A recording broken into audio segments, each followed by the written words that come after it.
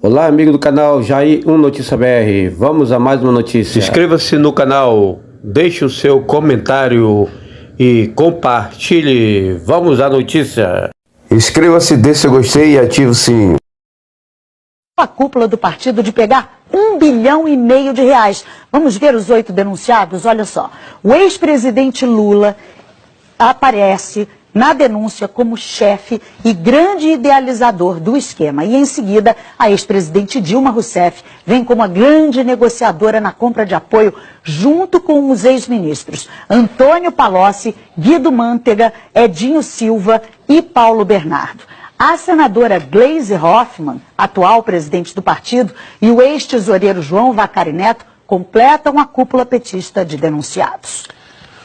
Rodrigo Janot mostra como os acusados montaram uma rede de arrecadação de propina no governo, principalmente via Petrobras. O ex-presidente Lula foi apontado como líder do esquema e, por isso, se condenado, pegaria uma pena maior, não é, Juliana?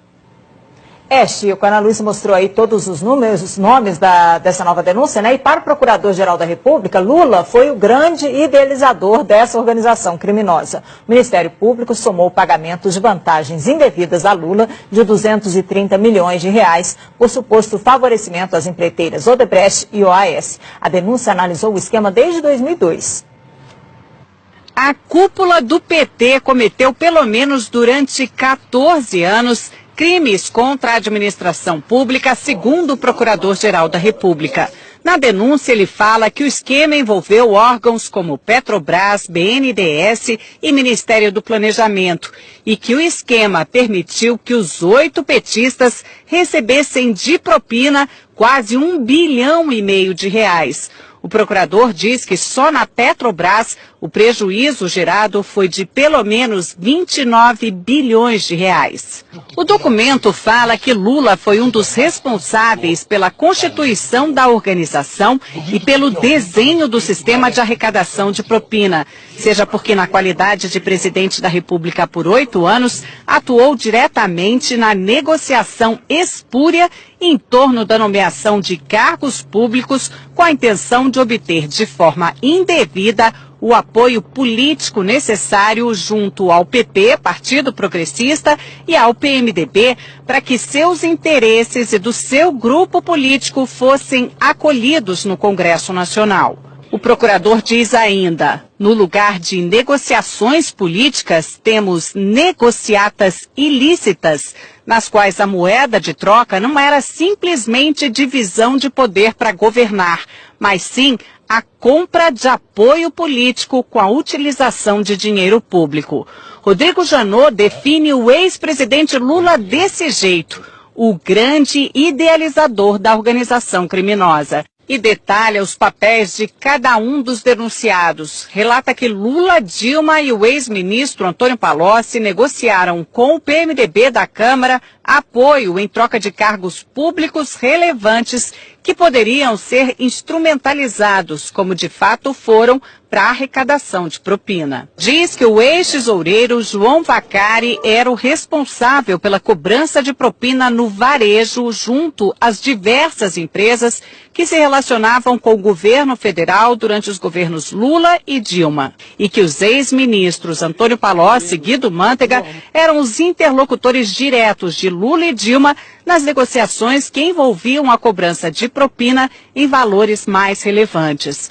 A senadora e hoje presidente nacional do PT, Gleisi Hoffmann, e o ex-ministro Paulo Bernardo, segundo a denúncia, não apenas davam suporte ao esquema ilícito montado, como também operaram diretamente a cobrança de propina no Ministério do Planejamento. Diz ainda que Gleisi foi uma das mais beneficiadas nos esquemas ilícitos mantidos pela organização criminosa na Petrobras, no Ministério do Planejamento, junto ao Odebrecht e à JF.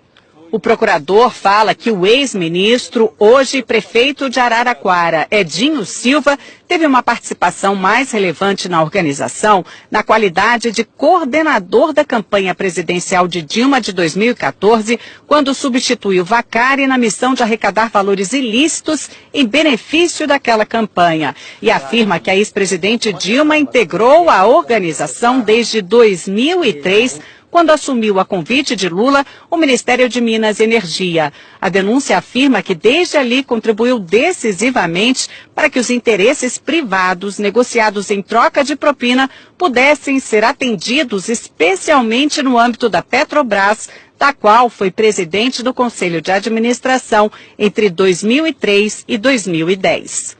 Outro trecho do documento diz que chama atenção a quantidade de contas correntes de propina mantidas pelos petistas junto a grupos empresariais dominantes no cenário econômico brasileiro. Foram identificadas pelo menos 5 contas instituídas em benefício do grupo político dos 8 petistas denunciados, junto a Odebrecht, JF, OS, UTC, ao escritório de advocacia de Guilherme Gonçalves, além do ajuste de propina com dirigentes da Andrade Gutierrez. A Procuradoria quer que os 8 denunciados paguem juntos 6,8 bilhões de reais. Seriam 6 bilhões e meio de reais para a Petrobras, mais 150 milhões de reais por danos materiais e outros 150 milhões por danos morais, por lesões à ordem econômica, à administração da justiça e à administração pública. O procurador-geral, Rodrigo Janot, quer que os 8 petistas sejam condenados pelo crime de participação em organização criminosa, com pena maior para o ex-presidente Lula apontado como líder.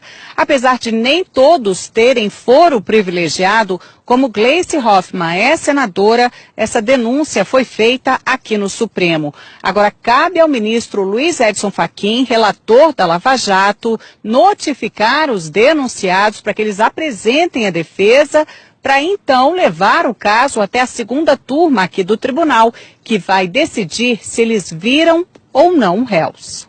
Dos 8 denunciados, só os ex-ministros Edinho Silva e Guido Mantega ainda não são réus na Lava Jato.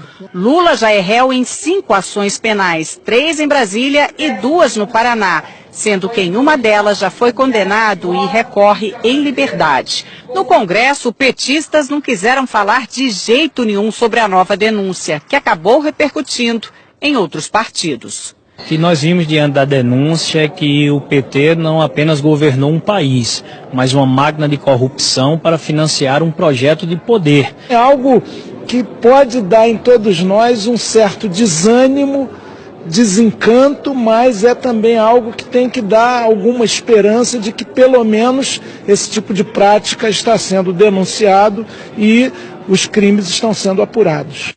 A assessoria de Dilma Rousseff diz que não foram apresentadas provas ou indícios de materialidade de crime e que a denúncia não tem fundamento e que caberá ao Supremo garantir direito de defesa e rejeitar a denúncia. O ex-presidente Lula disse que não conhece o teor da denúncia, que esse é mais um exemplo de mau uso das leis para persegui-lo, que não praticou qualquer crime, muito menos participou de uma organização criminosa. Afirmou que a denúncia é uma ação política. A defesa de Paulo Bernardo afirmou que não teve conhecimento da denúncia. Gleice Hoffmann afirmou que a denúncia não tem qualquer fundamento. A defesa de João Vacari Neto declarou que a denúncia é totalmente improcedente. A defesa de Guido Mantega afirmou que é no mínimo contraditório que a Procuradoria-Geral da República resolva oferecer denúncia, usando como prova basicamente a palavra de delatores, num dia em que o Brasil se depara com a disposição de delatores à dissimulação. Edinho Silva afirmou que sempre agiu de forma ética e legal.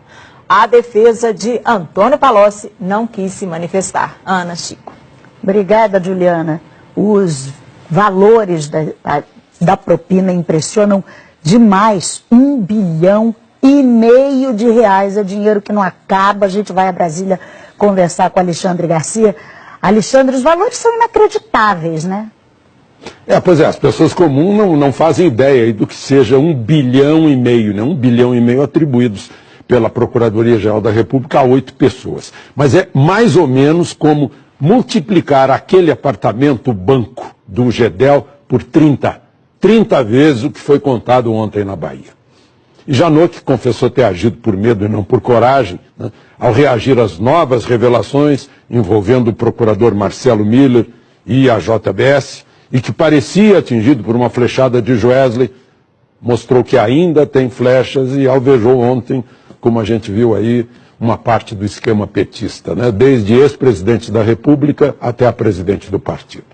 Reagiu e não se sabe se já usou todas as flechas, ou ainda haverá mais bambu nesses 10 dias, depois de homologada a colaboração premiada do doleiro do PMDB, Lúcio Funaro.